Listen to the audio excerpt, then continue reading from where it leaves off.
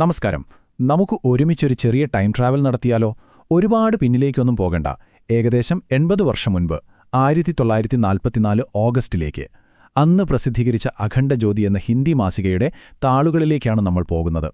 പരംപൂജ്യ പണ്ഡിറ്റ് ശ്രീറാം ശർമ്മ ആചാര്യജി പങ്കുവച്ച ഇന്നും ഒരു തരിപോലും തിളക്കം കുറയാത്ത ചില ആശയങ്ങളെക്കുറിച്ചാണ് നമ്മളിന്ന് സംസാരിക്കാൻ പോകുന്നത്. എങ്ങനെയുണ്ട് ഈ തുടക്കം? ഒന്ന് ആലോചിച്ചു നോക്കൂ. ഒരൊറ്റ വാചകത്തിൽ ജീവിതത്തിന്റെ ഒരു വലിയ തത്വശാസ്ത്രം തന്നെ പറഞ്ഞു വച്ചിരിക്കുകയാണ്. നമ്മുടെ സന്തോഷവും ദുഃഖവും നമ്മുടെ ഉയർച്ചയും താഴ്ചയുമൊന്നും വേറെ ആരും തീരുമാനിക്കുന്നതല്ല. അത് ഓരോ നിമിഷവും നമ്മളെടുക്കുന്ന കൊച്ചു കൊച്ചു തീരുമാനങ്ങളുടെ ഫലം മാത്രമാണെന്ന് എത്ര ലളിതമായിട്ടാണിത് നമ്മളെ ഓർമ്മിപ്പിക്കുന്നത്, അല്ലേ? ഈ വാക്കുകൾക്ക് പിന്നിലെ ആ വലിയ മനുഷ്യനെ നമുക്ക് ഒന്ന് ആദരവോടെ ഓർക്കാം. പണ്ഡിറ്റ് ശ്രീറാം ശർമ്മ ആചാര്യജി.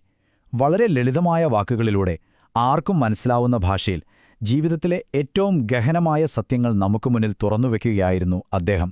ശരി, അപ്പോൾ നമുക്ക് നമ്മുടെ യാത്രയുടെ ആദ്യ ഭാഗത്തേക്ക് കടക്കാം. നമ്മുടെയൊക്കെ ഉള്ളിൽ ഉറങ്ങിക്കിടക്കുന്ന ഒരു ഭയങ്കര ശക്തിയുണ്ട്. അതിനെ എങ്ങനെ പുറത്തു കൊണ്ടുവരാം? എന്താണ് നമ്മുടെ വ്യക്തിത്വത്തിന്റെ യഥാർത്ഥ അടിത്തറ?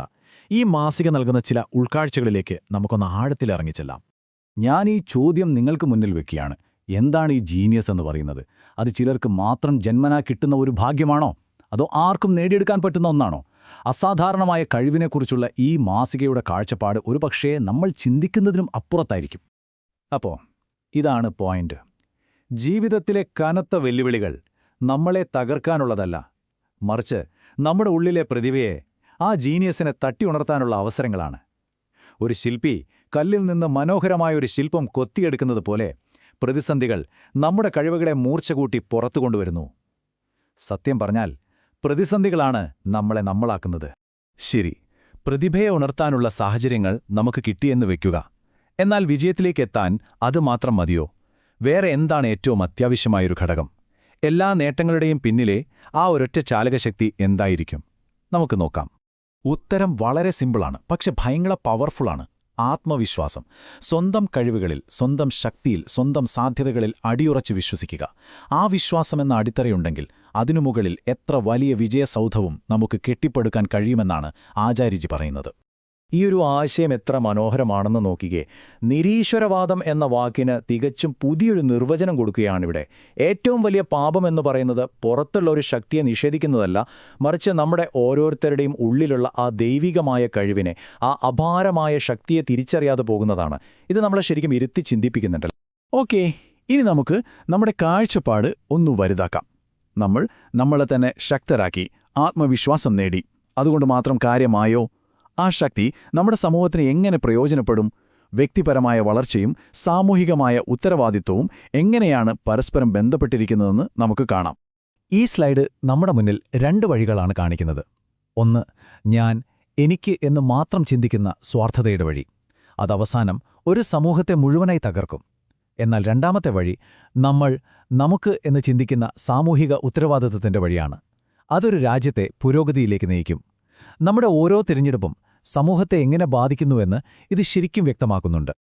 ഇതൊരു വെറും ഉദ്ധരണി മാത്രമല്ല, ഒരു ജീവിതരീതിയിലേക്കുള്ള ക്ഷണമാണ്.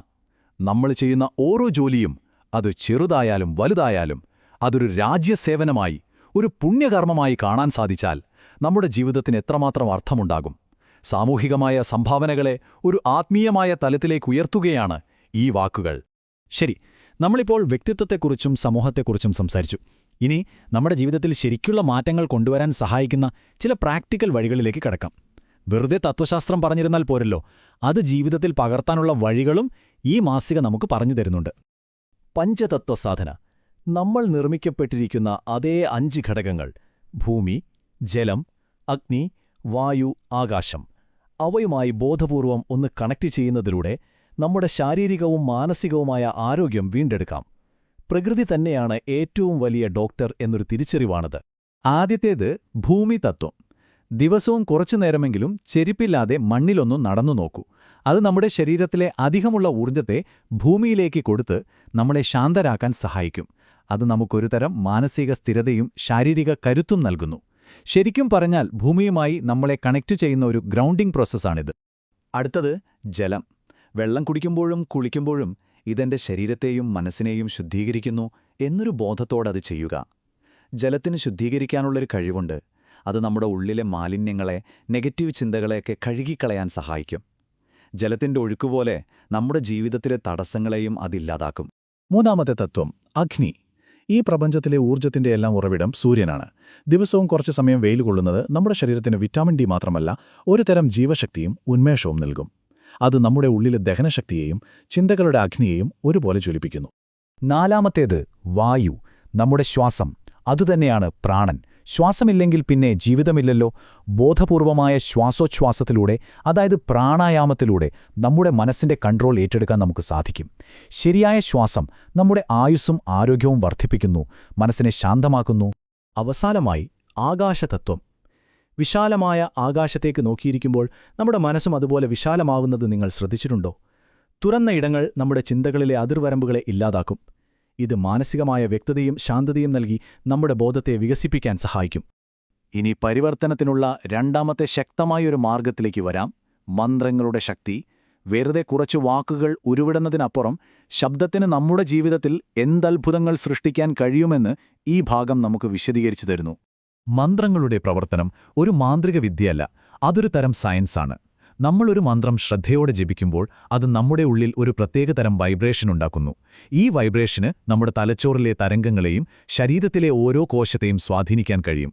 അങ്ങനെ അത് ആന്തരികമായ സമാധാനത്തിനും ശാരീരികമായ സൗഖ്യത്തിനും കാരണമാകുന്നു. അപ്പോൾ നമുക്കിതെല്ലാം ഒന്ന് ചേർത്തു വായിക്കാം. 1944 എഴുതിയ ഈ കാര്യങ്ങൾക്ക് ഇന്നത്തെ നമ്മുടെ ഈ ഡിജിറ്റൽ യുഗത്തിലെ ജീവിതത്തിൽ എന്ത് പ്രസക്തിയാണുള്ളത്? ഈ പുരാതനമായ ജ്ഞാനം നമ്മുടെ ഇന്നത്തെ പ്രശ്നങ്ങൾക്ക് എങ്ങനെ പരിഹാരമാകുമെന്ന് നോക്കാം. നമ്മളിന്ന് ചർച്ച ചെയ്ത കാര്യങ്ങൾ ഒന്ന് ചുരുക്കി പറഞ്ഞാൽ ഇത്രയുള്ളൂ. ജീവിതത്തിലെ പ്രശ്നങ്ങളെ വളരാനുള്ള അവസരങ്ങളായിട്ട് കാണുക. നിങ്ങളുടെ കഴിവുകളിൽ നിങ്ങൾക്ക് തന്നെ ഒരു വിശ്വാസം വേണം. നമ്മുടെ വളർച്ചകൊണ്ട് നമുക്ക് മാത്രമല്ല, സമൂഹത്തിനും ഒരു ഗുണമുണ്ടാവണം. പിന്നെ ഏറ്റവും പ്രധാനമായി പ്രകൃതിയിലേക്ക് മടങ്ങുക. കാരണം നമ്മുടെ ഒരുവിധം എല്ലാ പ്രശ്നങ്ങൾക്കുമുള്ള ഉത്തരം അവിടെയുണ്ട്. ഈയൊരു ചോദ്യം നമ്മുടെ എല്ലാവരുടെയും ഉള്ളിൽ മുഴങ്ങട്ടെ. 1944 നിന്നുള്ള ആ ശബ്ദം ഇന്നും നമ്മോട് ചോദിക്കുകയാണ്. നിങ്ങളുടെ ഉള്ളിലുള്ള ആ അപാരമായ ശക്തിയെ നിങ്ങൾ തിരിച്ചറിഞ്ഞോ? അത് നിങ്ങൾക്കും നിങ്ങളുടെ ചുറ്റുമുള്ളവർക്കും വേണ്ടി, ഈ ലോകത്തെ കുറച്ചുകൂടി മനോഹരമായൊരിടമാക്കി മാറ്റാൻ വേണ്ടി നിങ്ങൾ ഉപയോഗിക്കുന്നുണ്ടോ? ഈ വിശകലനം നിങ്ങൾക്ക് പുതിയ ചിന്തകൾ നൽകിയെന്ന് ഞാൻ വിശ്വസിക്കുന്നു. നന്ദി.